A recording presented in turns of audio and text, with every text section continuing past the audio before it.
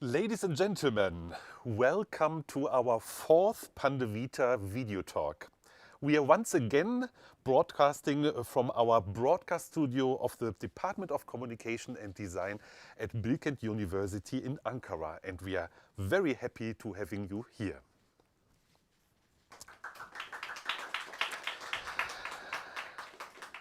During the next hour, I would like to discuss the topic of reliability of news during the pandemic times.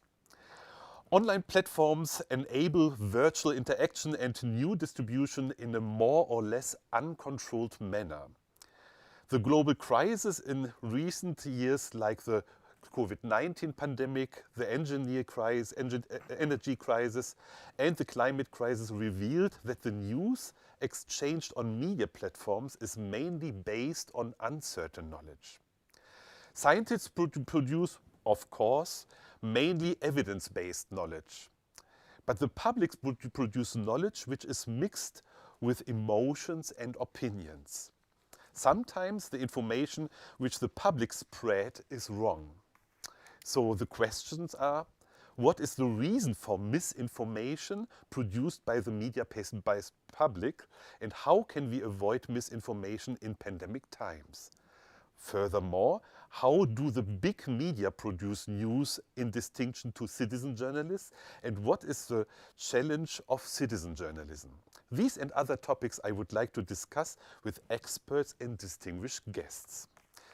I would like to introduce these guests. First, Dr. Yasin Aydoğdu. Yasin Aydoğdu is graduated from Ankara University Faculty of Law in 2012. In the same year, he continued his postgraduate education at Kırıkkale University Faculty of Law, where he entered as a research assistant. Afterwards, he completed there his master and doctorate degree. In addition to his doctorate degree in public law, he is still continuing his master's degree in the Department of Private Law at Ankara Beyazıt University. He works on artificial intelligence and digital law. In addition to his academic career, he worked at the Turkish Personal Data Protection Authority between 2017 and 2019. According to him, in the struggle against disinformation, the legal measures and sanctions of the state are not sufficient. We need a more conscious use of internet and social media. Welcome, Yasin Aydoğdu. Thank you very much for your kind invitation. And now I would like to introduce one Zoom guest from Portugal, Miguel Crespo. Miguel Crespo is journalist and specialist in digital communication, and he is a PhD candidate in communication science and has his a master in communication, culture and information technology. He is a researcher, guest professor at SCTE Lisbon and Obercom, and advisor of the Portuguese Journalist Training Center. He was a journalist in national newspapers and editor-in-chief and publisher of several magazines and online projects. He is interested in media literacy and education, science communication, new media innovation and business models, journalism, social media and digital storytelling. Member of several projects in journalists, media literacy and creative industry. And according to him, the human mind is capable of imagination without limits, and many times just for promoting chaos and destruction, as we saw during the COVID-19 pandemic. Good afternoon, Miguel Crespo.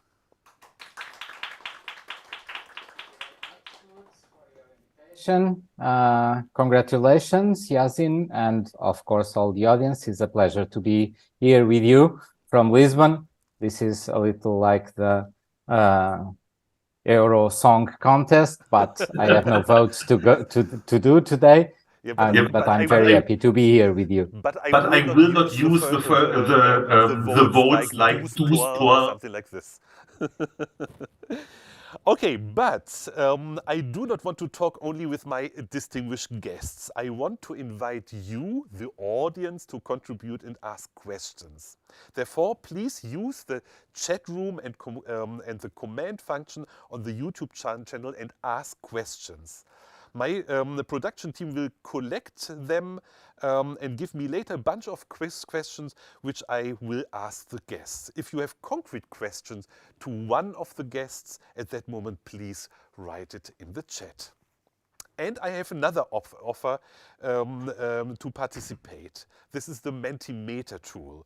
Here we can see now the QR code and the URL to the Mentimeter. Please take your Take your smartphone smartphone and and scan this scan if this you if you cannot cannot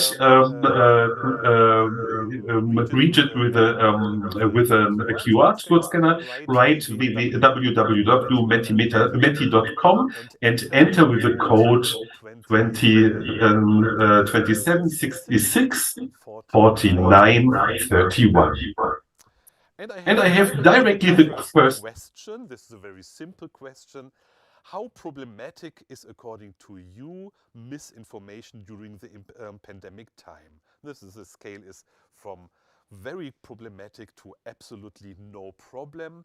We will show and we will discuss a little bit the results a little bit later. Because of the streaming, there's a little bit delay, and I would like to give the chance to the online audience to participate on the Mentimeter poll as well. So, and now I would like to start a question to Yasin Aidodu. So, in fact, we know that there is lots of misinformation, and I already told misinformation is somehow related with a mixture of opinion, emotions, and so on. And the question is now, can sharing misinformation or fake news be considered with the scope of individuals' freedom of expression, which is in fact a kind of opinion or whatever, or do we have to consider it in a different way? Yeah, thank you very much again.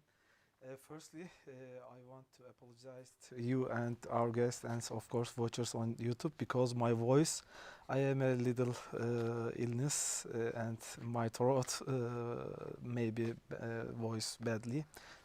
Catch mich also. Thank you very much. If I should answer your question, there are two different terminology in this topic, misinformation and disinformation, you know.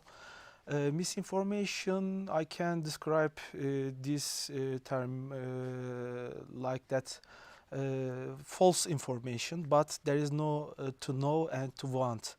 They cannot control their aim.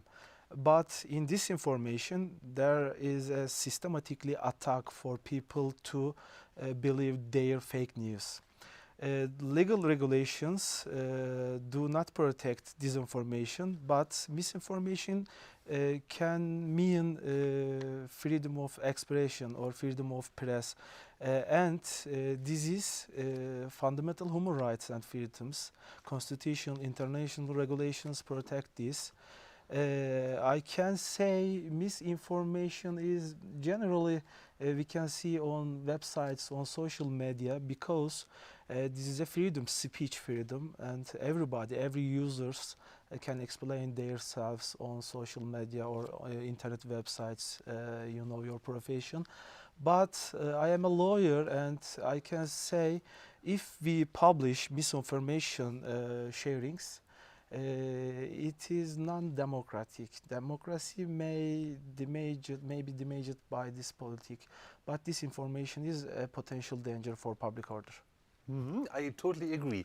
No, but for example, maybe we can now have a look on the Mentimeter question where I asked how problematic is misinformation. This is, of course, not a representative poll. So therefore, but it maybe shows us a little bit the sentiment among the audience, and we see, in fact, it is somehow the average says it is something in between problematic and not problematic. So, as you already mentioned, misinformation is mostly not purposefully done. Yeah. So therefore, from this point of view, how can we judge this? We can. So I will ask later. Miguel, so what his experience as a journalist is about misinformation. But first of all, how can we judge it? Are there any legal basement which we can use to avoid misinformation? I talk about misinformation and not disinformation. Yeah. Misinformation is not my expert area. Maybe Mr. Crespo can answer better than me. Of course, maybe not maybe. But I can answer your question. We can control the news source, and we can call the official centers, or we can write on the searching vehicles. If we use the internet awarenessly, I think misinformation is not a potential danger, because people can use internet for controlling new true or false. It is easy, but if we believe the news when we first time see, it is a problem. The problem sources from us, I think. Okay. It's important, journalists and awareness people who are using internet. Yeah. Okay, thank you. Before I would like to start the discussion, I would like to ask first Miguel Crespo. You just wrote me 1 day ago you returned back from Wiesbaden in Germany, which is not far away from my hometown, by the way. And you are teaching. You were a guest teacher on the applied university. And I would like to know, when you teach journalism to students, how do you consider misinformation in your lecture? Of course, we have to speak about it. It's very relevant, very important to everyone who works in communication, not only journalists, but like social media experts, anyone that produces content as a professional today has to deal with misinformation, of course. For journalists, is even more important and more relevant because of being a profession so on one end defined by rules, by laws, by ethic questions, by deontology, and in the second hand because traditionally journalists are seen as the keepers of the truth. And truth is a word that I really don't like to use anymore, because we all have our own truths, and I suppose during this session we will speak about it a lot of time. But going back to my students and to journalism, the first thing is go back to the basics in journalism. So you have to quote your sources, you have to double check the information, you have to fact check everything, and you have to be as much rigorous as you can. You have to make the journalism that each journalist produces to be as clearly differentiated from other contents as you can. This is the big challenge for journalism. In a time where the freedom of expression, the ability for any citizen in most parts of the world to say freely to whoever wants to hear him, whatever idea he or she has, makes the need for journalism to show up as something different, made with rules, made with goals that are really important, for example, for democracies and the democratic societies, and be different in a good way, be very rigorous, and stick with the facts. So we can also, and just to finish and trying not to speak too much, speak obviously about what kind of strategies a journalist can use to counter both disinformation or misinformation, because in this case, it's not that different. First, debunk all the stories. Just don't believe traditional journalist joke is like, if Lutz tells me that is raining in Ankara and Yasin tell me that is not raining, what I should do is go outside and see if it's raining. So this is very important. And when we have the need to debunk some kind of misinformation or disinformation story like that is trending on social media, we have to debunk the story and never the person that shared the story, never the person that published the fake news or whatever. And of course, never try to accuse anyone of being producing misinformation and disinformation, because most of the times people don't do it in a conscious way. They don't know they are sharing misinformation or disinformation.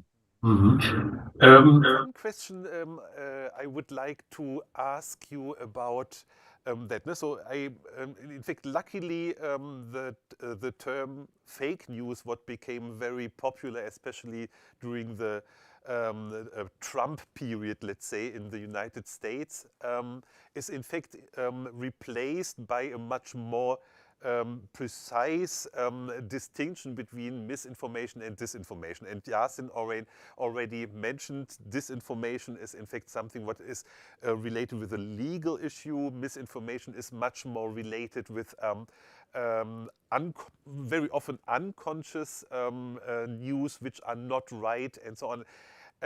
But how is the perception of misinformation? Do there exist in the communication study for journalists kind of concepts about misinformation that you can consider it in fact, writing stories, maybe also in the aim of somehow educating people to think in the right direction or to correct certain misinformations? Well, once again, when we go to journalism and to practice and to media literacy training or classes or discussion, both are different in the origin, but both can have the same kind of negative impact in citizens and in societies and in countries. So in legal terms, of course, they are different things because their creation and dissemination goals are quite different, but in practice for each of us as individuals, they are not that different. So in terms of journalism approach to both cases, it's not that different, because what you have to do in both cases is like, okay, this is a story, this is based in facts or not, and if there are facts, all of this is a fact, or some are facts and some are just manipulation of the facts. And that's what we can speak more like being misinformation. Misinformation usually is something that is mainly a factual story, but then with some details changed, and that's enough to have the chance to manipulate or influence people without something that is not factual. And once again, I'm trying not to use the word truth, because truth is a different thing. Yes, and we come back to the question of truth during this talk. Thank you. I would like now to discuss with you both the topic about platforms and the reliability of news. Since we all know that in fact the main channel for the public to spread news or informations is in fact the social media. But before I start, I would like to ask another Mentimeter question. So please take your mobile and your smartphone, and if you do not have the poll active at that moment, scan once again the QR code and then answer the question, which channels do you trust if you want to get health informations? Are these more TV, radio, newspapers, or we can also say big media? Are these social medias? Are they government officials, healthcare professionals, or family and friends? So, and while you are being active on the polls, I would like to ask Miguel a question. You told me, and this is for me very, very interesting, that you created a website for debunking official and non-official informations on COVID in 2020, which is called COVID Check. Can you talk a little bit about more? What is this for a tool? Okay, so unfortunately, it's not online anymore. It was not designed to be there forever. It was like, well, in the first months of the COVID pandemic, just 1 month after it really arrived in Portugal, and we have the first lockdown, a Portuguese foundation launched an emergency fund for COVID research. It was very focused on medicine and on applied techniques or something to fight COVID. But since I thought that science communication was an issue and that's one of my interest topics, I decided to apply for the fund, and they give us some money to work for several months.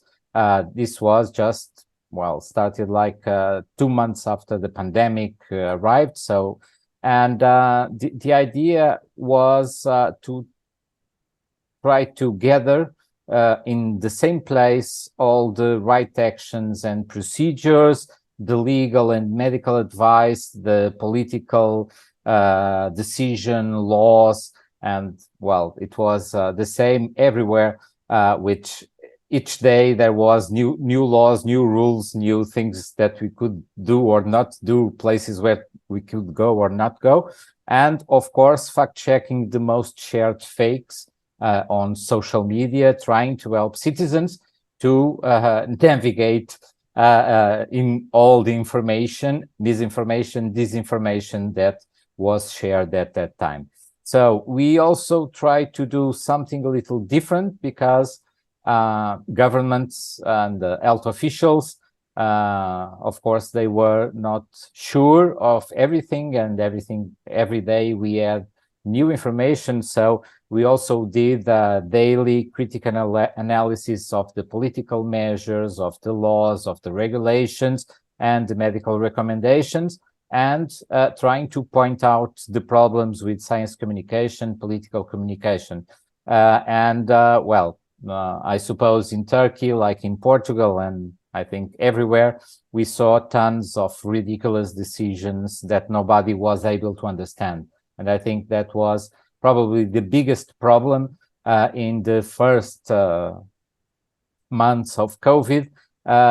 So we can say, like with some humor, that we were fighting for the KISS strategy, and KISS is the acronym for Keep It Simple, Stupid. Most decisions were too complicated for us to understand what we could do or not.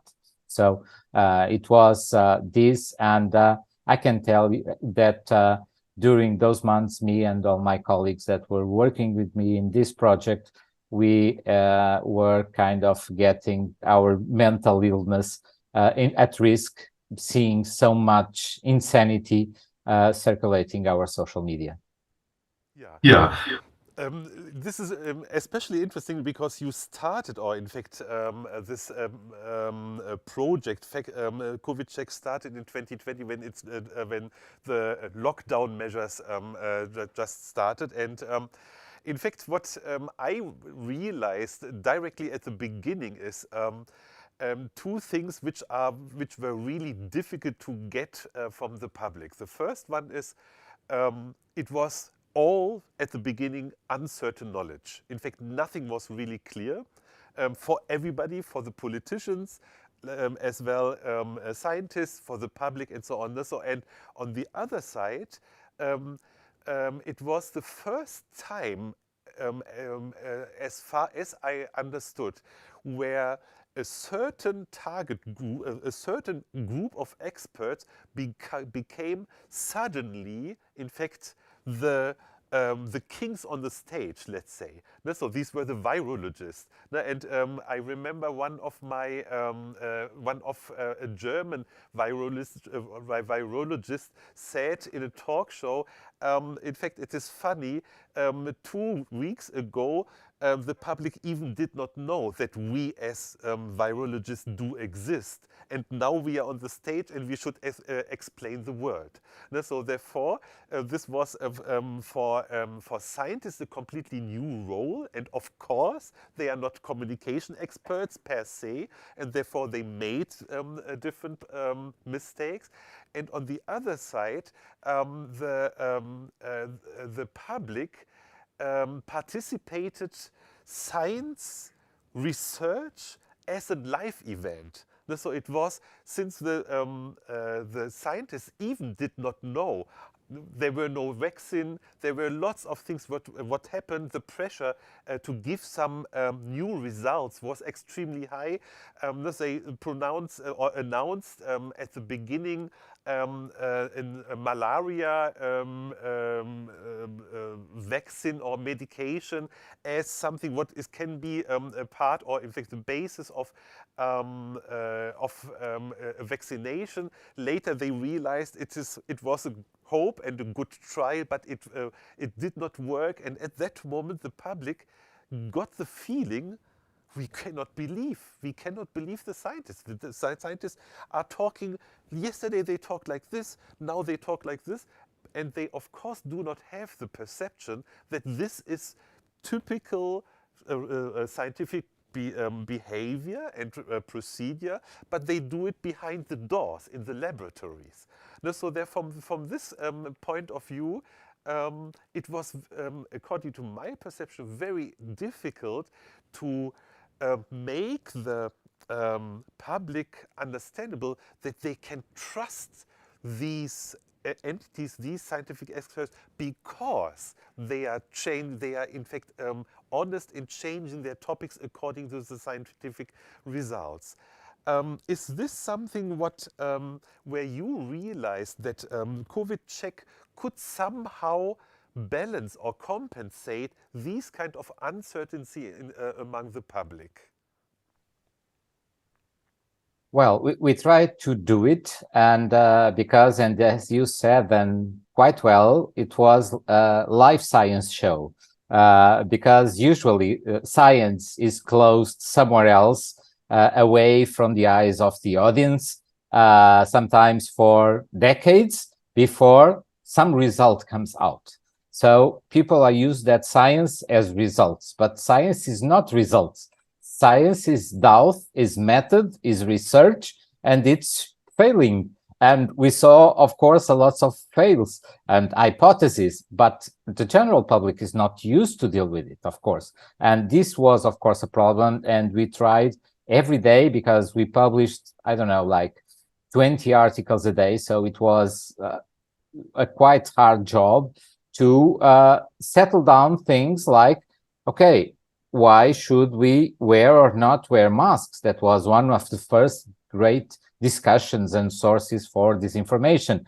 And okay, what masks are good for, what masks are not good for, why they can help us. Okay, because on one day you could have, well, we are not sure if masks are needed or helpful. And on the other day, well, let's all use masks. On next day, well, outdoors maybe we don't need masks, but also only indoors. And this is very confusing. So this was one of the great problems with everything, with the medical experts, because of course they didn't add certainties. So one day I'll say, okay, what we know today is do this. But the next day they could say, okay, now we know more, so instead of this, do that. And this is very confusing for the public. The public doesn't know how science works and are used just to see the results, not all the process. And that was probably the biggest challenge in the first months of the pandemic. Then I think after the moment that, okay, now we have a vaccine, things, at least in Portugal, started to be a little more quieter in terms of questioning science and the validity of science. Yeah. Maybe we just have a look at the Mentimeter poll results. I ask which channels do you trust more when it's about health information? Can I see the results, results, please? Yeah. So in fact, it is obviously that the very most of the audience says they trust more health care professionals. Interestingly, they do not trust the big media too much, and much more the social media. This is for me quite interesting. Of course, we have to consider this is not a representative poll, but it shows at least some tendencies which are interesting, and this why I would like to ask now Yasin. So we see healthcare professionals very obviously are the most trustable entities, or perceived as the most trustable entities, but the audience communicate these things in the, not the audience, sorry, the public communicates these topics in the social media. And you said that you are expert for artificial intelligence and digital law. And digital law. Yeah, okay. What do you think, how can you identify at that moment, or are there concepts to how to identify on the one hand side which kind of news are made by the public in relation of misinformations or disinformations, and which one are in fact nothing else but algorithms which are purposefully used to create fake news or disinformation? Yeah, thank you. Good question. Firstly, I want to say the results are surprising for me, because I think the most reliable source should be governments, because the official truth information, but in results this is the minimal percent. And answer to your question, yeah, I am studying artificial intelligence, but artificial intelligence has been growing fastly, separately, and I can not control which level is the artificial intelligence came. For instance, the last 6 months, it has grown by ChatGPT, you heard, and Google Bank. But in our topic, in this topic, I can describe misinformation can be from artificial intelligence newspapers or websites, because artificial intelligence learns by people who upload data on internet, files, and of course images, videos. It doesn't matter, everything can be uploaded on internet. And machine learning style can be learned to artificial intelligence false information. That means misinformation. Public order can be damaged by artificial intelligence. I can give an example about this issue. Microsoft Tay. Tay is an account name and also an artificial intelligence account developed by Microsoft on Twitter. And after the account opened the public, it shared some tweets about learning on the hashtags, this current hashtags. And the experts said that these tweets are false, not true, not reliable. So therefore, I can say it doesn't matter source of artificial intelligence or real people or real journalists like us, like you. It doesn't matter. Misinformation can easily separate all over the world in few minutes after uploading the networks. Yeah, I think so too. And now the interesting question is, the journalistic work is very much affected from these kind of misinformations, but also when we are not talking about a professional journalism, but citizen journalism. So Miguel, first of all, I know you are an expert about citizen journalism. How should we define citizen journalism in the context of, let's say, COVID-19 journalism? Because when we looked at the social media, you could get an idea. Everybody became an investigative citizen journalist. But how can we distinguish, in fact, just people who are commenting, talking about that, and people who can be really regarded as citizen journalists? Well, it's quite interesting. And of course, the pandemic was a very important event in terms of what citizens can do related with journalism in the platforms, because we have like these three parts of the equation.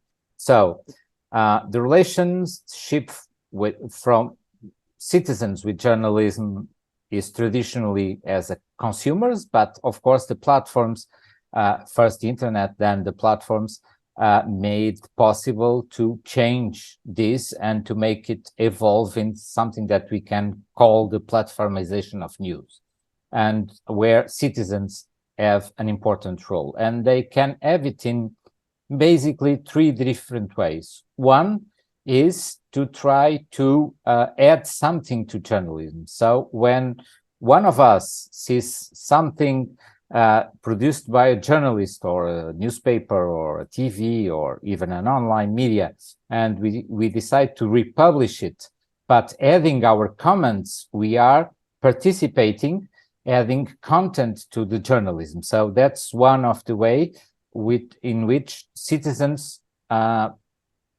participate in this platformization of news.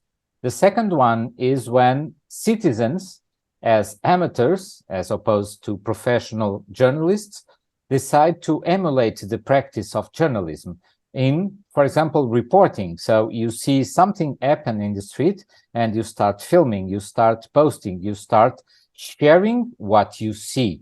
And but at the same time, try to introduce, not just turn on your camera, but do it with. And the third one is when you try to remix journalism content, and sometimes the result can be misinformation. It's when you have a critical view of journalism, you get some journalism information, some journalist pieces, and you add your opinion, your beliefs, your favorite football team views, something like that. And when all of this mixes in social media, then we have a platformization of news, where the agents of sharing news are not just journalists, but all citizens, and adding new information, different information, and different contents that journalists traditionally don't do or are not able to do, because journalists are much less than all the citizens. If we all report, there are not enough journalists to report everything that happens. Yeah.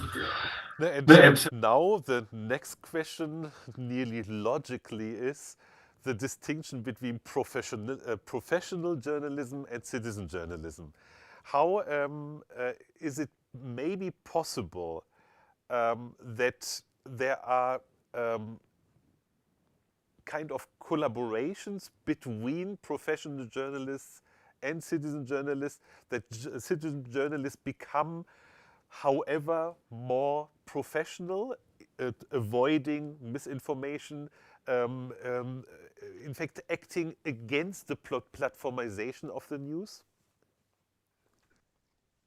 Well, of course it is. And once again, it's not a new thing. In the past, journalists had their informers, the citizens that are close to something, that were experts in something, and which journalism could get some kind of information. It's not something new, but it is something that almost disappeared, at least in Europe, North America, disappeared in the late 20th century, and with social media it came back. Like today is almost impossible to see a news bulletin on TV without having some images taken by a citizen that was nearby something that happened,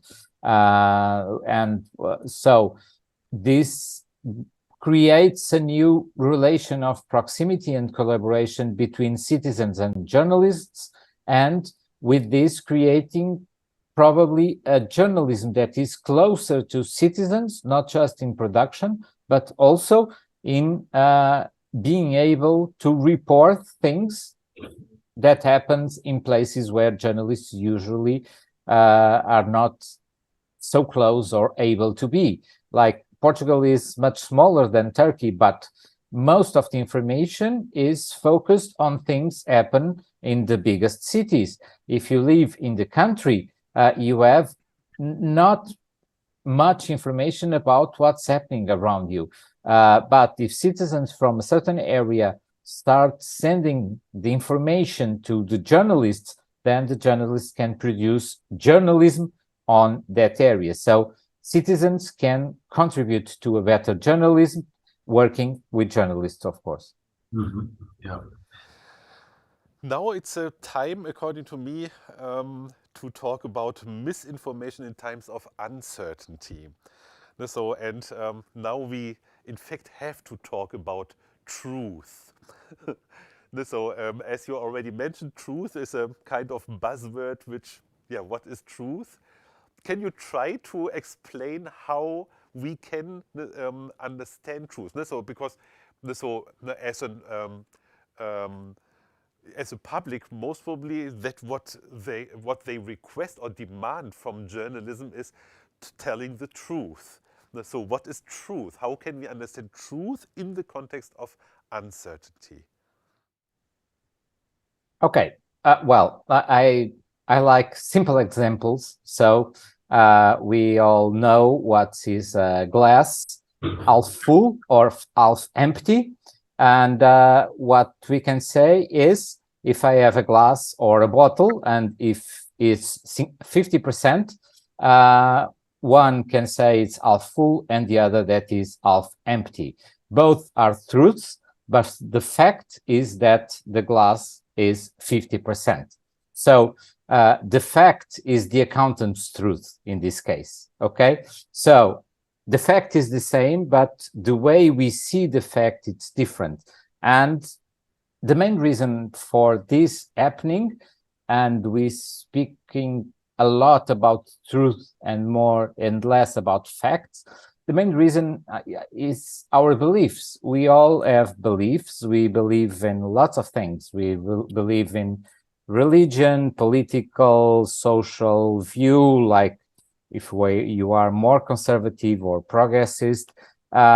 We all might have our football teams, and it is easier to believe in something which goes towards what you believe than that in facts that put your beliefs in questions. No one likes to be questioned about our truths. And truths here in commas, of course. So, well, I think this is a good example for Portugal. I think for Turkey, the same is speaking about football. If we have our football team, if we are a football fan of a certain team, and when we read the news about a match from our team, we tend to believe in everything that is in favor of our team and disbelief in everything that is against our team. And this is a very simple example on how beliefs are much more relevant than facts. So that's why I don't like to speak about truth. But just to finish and just to finish my idea. So the main problem when we speak about misinformation or disinformation is not the people who created it and the goals for the creation of this disinformation, but we as common citizens, which share it, believing it is factual and relevant because of our previous beliefs. And another simple example, just to finish, imagine that you share some kind of misinformation with 100 persons. If just one reshare it to another 100, it will never stop. So that's the big problem of misinformation. We share things, thinking they are information and useful, and sometimes they are not.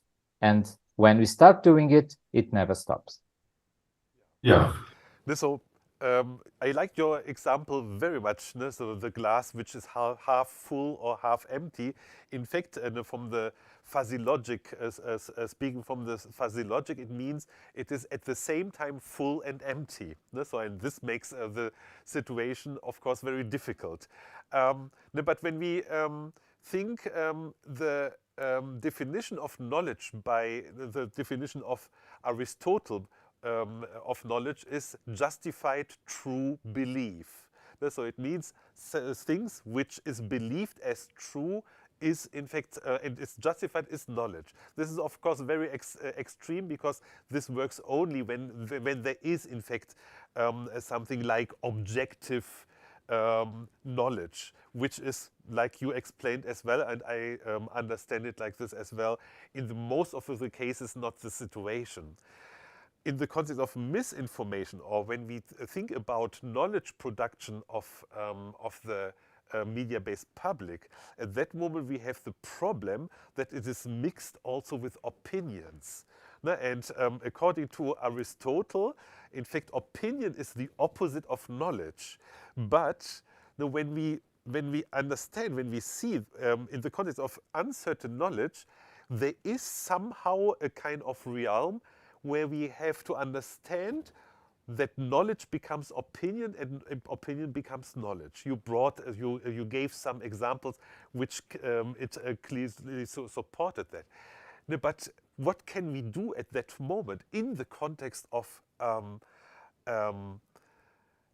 increasing the literacy of people to publish only about knowledge which is evidence-based or whatever?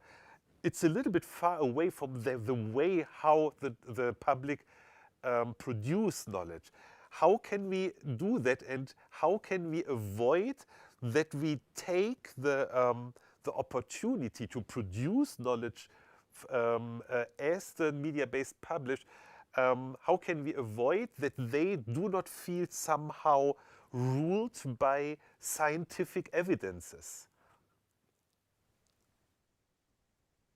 Well, that's a very difficult question. I think if I had the answer, I will be able to win a Nobel Prize or something like that. Of course, I don't have an answer for that.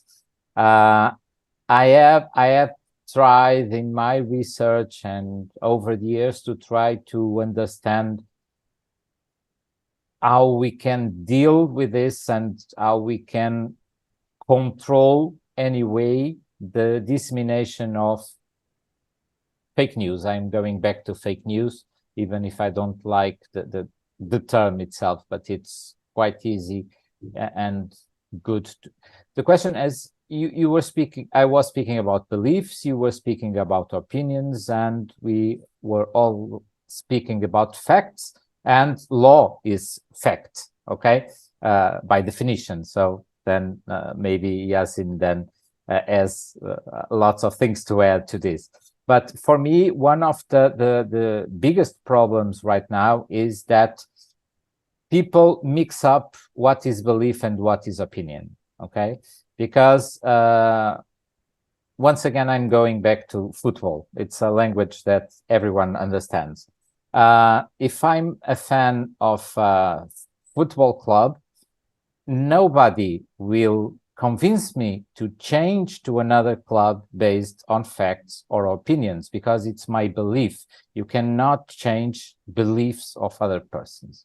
But many persons mix belief, saying it's my opinion, and it's not, it's just a belief, because an opinion is something that you can counter on, that you can discuss, and you can discuss it based on what? Based, as you spoke, on logic, based on facts, based on history, based on knowledge. So opinions is something based on knowledge. Beliefs are based in nothing. They are just beliefs. So the example of football, I think, is the best one when we like football. I'm a fan of a small Lisbon club. I don't know why, that doesn't earn championships, doesn't have, never had a great season, but that's one I like, and I don't know why. And you can tell me, but they don't earn anything. They are a very small team, and I just say, so what? I like them. So what's the problem? That's not a problem, but it's not my opinion. It's my belief, and I think that's a big problem, mixing up what is belief and what is opinion. Yes, thank you very much. Now I would like to discuss with Yasin a little bit the legal aspect of misinformation and disinformation. But before I ask my questions to Yasin, I would like to start one more Mentimeter question. So please take your smartphone, open it, and answer the following question. How easy is it for you to understand that a message about health issues is fake? Fake in the meaning of disinformation, but maybe also influenced by misinformation. So we are discussing it a little bit, the result later. And I would like to ask Yasin, more in the direction, first of all, the identification, what is misinformation, what is disinformation. You already gave the definitions about that. And my question is, do penalties act as a deterrent in the fight against disinformation? And are the legal issues, measures and sanctions of states sufficient according to your understanding? Thank you for your questions, but before I want to thank Mr. Crespo because of his example was very nice. If I were a judge and if there were a case about a glass and 50% is empty and 50% is with water, I cannot decide who is the criminal or not guilty. True can be changed in these issues, but that's difficult for judgings and courts. And so, therefore, this is the most important thing in our life. And your question, if I should answer, we can take our measures to protect against disinformation or misinformation, but I should say legal measures, legal regulations are not enough to fight to crime. People should control themselves while using internet or reading newspaper or watching television or listening radio. It doesn't matter. We use our intelligence, our brain, and our awareness. We should. Otherwise, states' legislative powers can pass legal regulations, and they can catch the criminals and they can give punishments to them, maybe go to prison, maybe money fine. But that is not fully protectable to misinformation or disinformation. In fact, I should say misinformation is not a crime. Disinformation accept a crime in legal systems. Misinformation, I can give an example, to lie. This is not ethical, this is not permissible, and also the legal system does not accept this action for a crime. But disinformation is more dangerous than misinformation. How can we protect us? My last sentences to your question. We should control our life. In everywhere while watching television, again I said before, especially in social media. If we see a post in social media, we should control if it is true or false. With especially we should follow blue ticks accounts, official accounts, and we should control the news with different sources. For instance, I read news in a website. Don't believe directly this is true. I should be suspectful if it is true or false, and I should search on another websites, or we can call official centers with telephone, or we can email, fax, or write papers to official centers if we need. But if we shoot our potential, maybe the dangerous can reduce. Yeah, but how can we control that? So we always have to imagine this. So not all people are higher educated, and not everybody is able to understand what is true, what is not true, and the emotion, the charisma, is maybe much more has much bigger impact on that what is believed as true than other things. Is there a need for controlling that, or and how can it be done in a way that it does not infringe certain democratic values? Yeah. I agree with you. You are completely right. Education is the most important thing in our life. Like misinformation or struggling to crime. Maybe states, especially education official centers, give lessons to people, or since childhood we can improve ourselves with education, and this is important. Digital literacy, very important, because our age is digital age. Everybody use mobile phones, especially smart devices, and internet is very separately at our world. That's your explanation. You know better than me. I think the law cannot protect the person. Person should protect itself easily. This is easier than the legal systems. Because yes, there is a police center, police department, and we have prosecute courts, legal regulations, criminals. We have a state. We live under state. We live a public order, but it's a virtual danger. States cannot see easily, cannot control a virtual area, and internet is, World Wide Web. It is too difficult to control by the states, by countries. People should control themselves. This is by education. Education is important Yeah, I said before.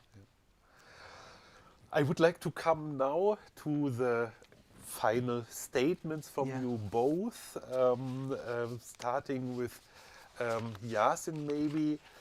I would like to know from you as a final statement, what is your understanding, what can we do to avoid misinformation during the next pandemic time?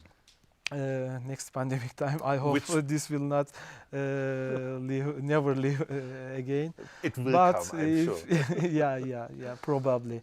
But if it's against we live pandemic time, I think people can control themselves more than the past, because COVID-19 is the first pandemic time during the last year. Maybe I know in 19th Spanish flu, maybe SARS, maybe the other viruses, but this is the global pandemic, and this was very harmful for everybody.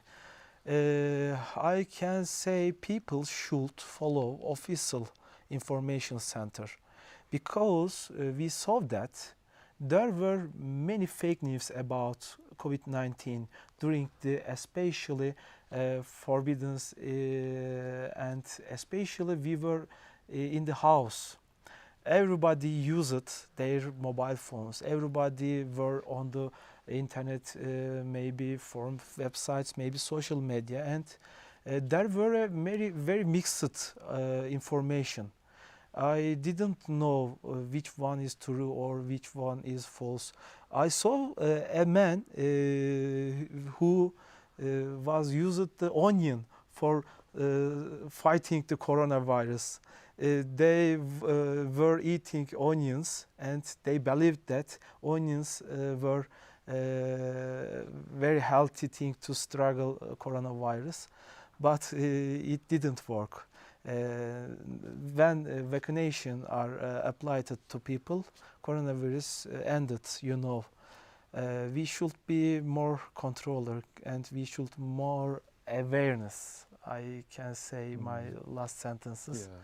And thank you very much, you, and of course Mr. Crespo, and his examples very useful for me. I will use them in our lessons. Glass example was very enjoyable and very true. The problem is, in fact, so when we think on all pandemics in the past, that the new situation of COVID-19 was, it was the first pandemic after the internet became mobile with help of the smartphones. No? And this is in fact a new challenge. Miguel Crespo, what do you think? How can we avoid misinformation during the next pandemic time? Okay, so thank you very much, and I really liked your conclusions, Yazin, and I subscribe all of them. So thank you, but I would like to add some more things. And well, as Lutz, I unfortunately believe there will be more pandemics in the future. Maybe not in our lifetime, but they will happen for sure. We are biological, and biology doesn't stop, doesn't care what we think about it. So, well, the problem with disinformation, and we saw it in this pandemic, and we see it in many other situations, is like trying to stop disinformation is trying to stop the flow of a river. We can build a lot of dams, but at some point, the water will flow anyway. So trying to stop disinformation, trying to track the origins, and try to do it by law enforcement. Of course, there should be law, there should be regulation, there should be ways of punishing the ones that promote disinformation and try to manipulate people to destabilize society and democracy. But of course, what we need in one next pandemic, first, the politicians must decide in a way that is simple for everyone to understand. If you don't understand why you should have some kind of behavior, you will not do it, you will not have it. So simplify the political discourse. Scientists need to do the same. As I understood, virologists became TV stars in Turkey like they did in Portugal. And some of them were quite good communicating and they did a great job.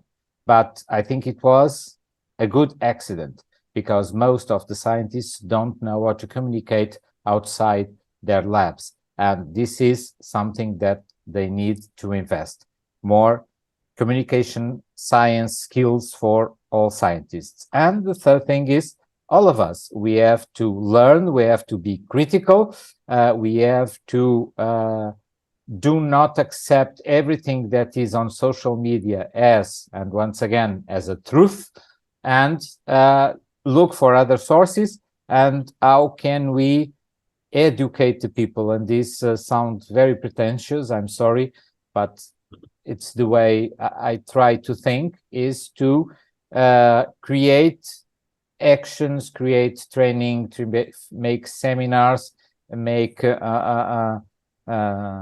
sessions for people to understand how they can look at any information on social media and in seconds with a few steps to identify the main things that usually are present in misinformation or disinformation, like the lack of authors, the lack of references, the intent to sell you something, being a product, a service, or an idea, and things like that. So I'm involved in several projects like that in Portugal and also in Spain. And we are doing training from 4-year-old until old age people.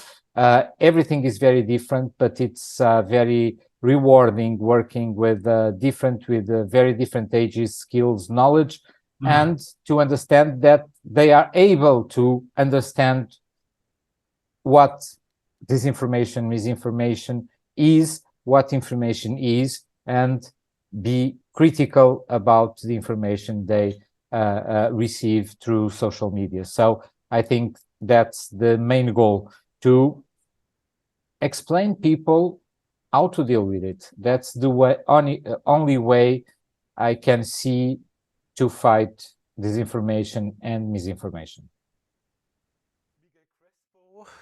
Yasin Aidodu, it was a very inspiring hour for me with you. Thank you very much for your very thoughtful and very interesting contributions. Dear audience, I thank you for participation as well, and I would like to finish again with a little advertisement.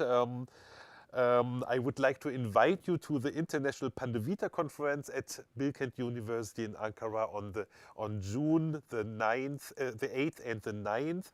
In these 2 days, we will present our results of our PandeVITA project, which is an Horizon project funded by the European Commission. And additionally, we will have very interesting contributions of keynote speakers.